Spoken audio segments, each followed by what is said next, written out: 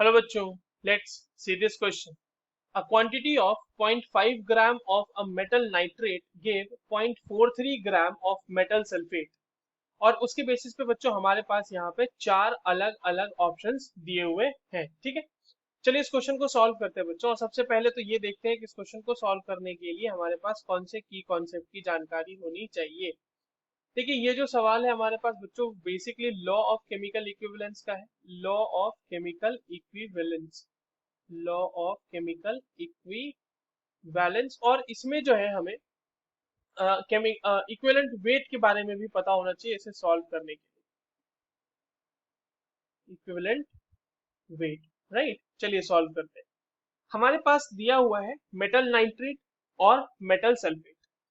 Metal nitrate से तो metal nitrate मान लेते हैं कि इस तरह से बना होगा MnO3 2 होगा ये. और यहां से बना होगा बच्चों मेटल सल्फेट. ठीक है, मेटल MsO4 ये हो गया हमारे पास. तो मेटल की जो वैलेंसी होगी वो 2 प्लस होगी, है ना. मेटल के ऊपर जो चार्ज होगा वो 2 प्लस होगा.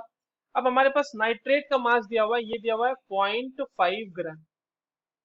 और सल्फेट का मास दिया हुआ है 0.43 ग्राम. ठीक है, अब समझना बच्चों कि यहाँ पर आप ये समझो इस बात को कि आपके पास जो 0.5 ग्राम दिया हुआ है नाइट्रेट और 0.43 ग्राम दिया हुआ है सल्फेट. तो लॉ ऑफ केमिकल इक्विवेलेंस से हम ये कह सकते हैं कि जो नंबर ऑफ इक्विवेलेंट नाइट्रेट का रहा होगा, ठीक है, जो number of equivalent metal nitrate का रहा होगा वो सेम रहा होगा number of equivalent metal sulphate का. ये तो हमें पता है ना लॉ ऑफ केमिकल इक्विवेलेंस से कि जितने भी रिएक्टिंग स्पीशीज होते हैं उन सबका नंबर ऑफ इक्विवेलेंट बराबर होता है, राइट.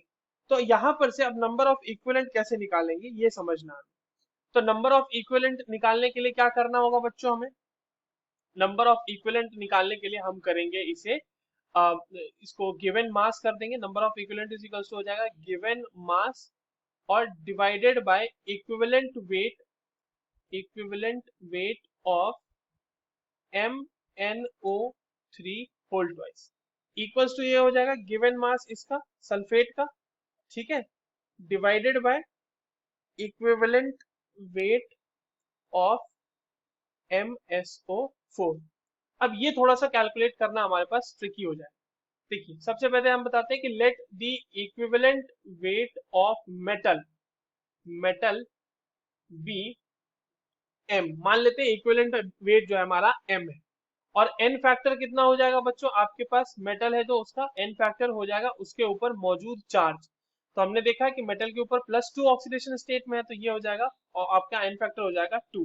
ठीक है, n फैक्टर की मदद से हम वो कैलकुलेट करेंगे, मास को कन्वर्ट कर ये नंबर ऑफ इक्विवेलेंट को मोल में कन्वर्ट कर सकते होंगे, राइट. अब एक चीज देखिए, आपके पास ये चीज हो गई.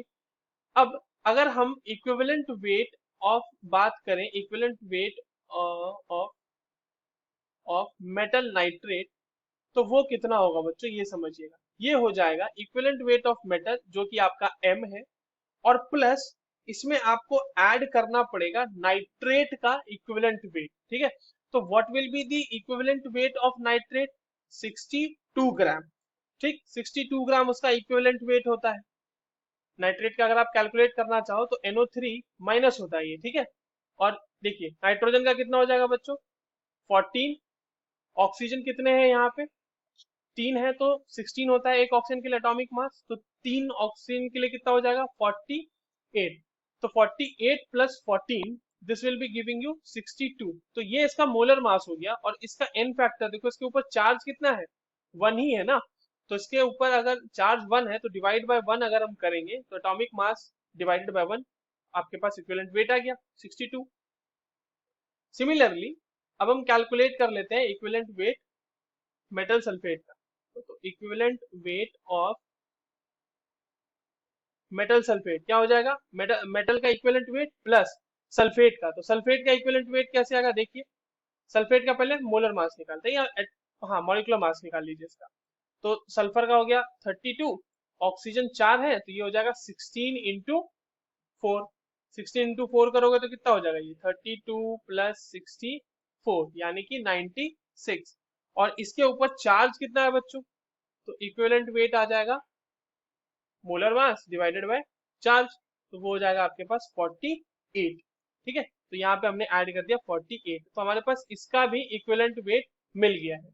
अब तो हमारे पास वैल्यूज दी हुई हैं बच्चों, हम यहाँ पर जो इक्वेशन 1 था हमारा, इसको मान लेते हैं इक्वेशन 1। यहाँ पे तो वैल्यूज दी हुई हैं, अब हमें वैल्यूज पुट करनी है। ठीक है, फ्रॉम इक्वेशन 1, तो ये हो जाएगा 0.5 divided by m plus 62 equals to 0.43 divided by m plus 48। ठीक है, मल्टीप्लाई कर दो बच्चों इसको, cross multiplication 0.5 into m plus 48 equals to 0.43 multiplied by m plus 62, तो ये कितना हो जाएगा 0.5 m plus 24 equals to 0.43 m plus 26.66। ठीक है, आप माइनस करोगे तो ये हो जाएगा 0.5 m minus 0.43 m will be equals to 26.66 minus 24। यहाँ पर से 0.7 m, 0.7 m नहीं 0.07 m आएगा, 0.07 m will be equals to 2.66। तो यहाँ पर से m की वैल्यू आ गई बच्चों 38 ग्राम। तो जो इक्विवेलेंट वेट आपका आया है मेटल का वो 38 ग्राम आया है, तो उसका एटॉमिक वेट कितना हो जाएगा बच्चों? तो एटॉमिक वेट जो होगा वो क्या हो जाएगा, इक्विवेलेंट वेट में हम मल्टीप्लाई कर देंगे n फैक्टर, तो m इंटू n फैक्टर, तो n फैक्टर हमारे पास 2 था, तो 38 इंटू 2 ये हो जाएगा आपके पास 76 ग्राम। ठीक है, अब देख लीजिए कौन कौन से ऑप्शन इसके हिसाब से सही है। पहला कह रहा है, ऑप्शन ए कह रहा है कि equivalent weight of metal is 38, तो ये तो बिल्कुल सही है। बी कह रहा है कि इक्विवेलेंट वेट है वो 76, नहीं ये गलत हो गया, एटॉमिक वेट है ना वो, जो कि ऑप्शन सी है आपका, तो वो सही हो गया।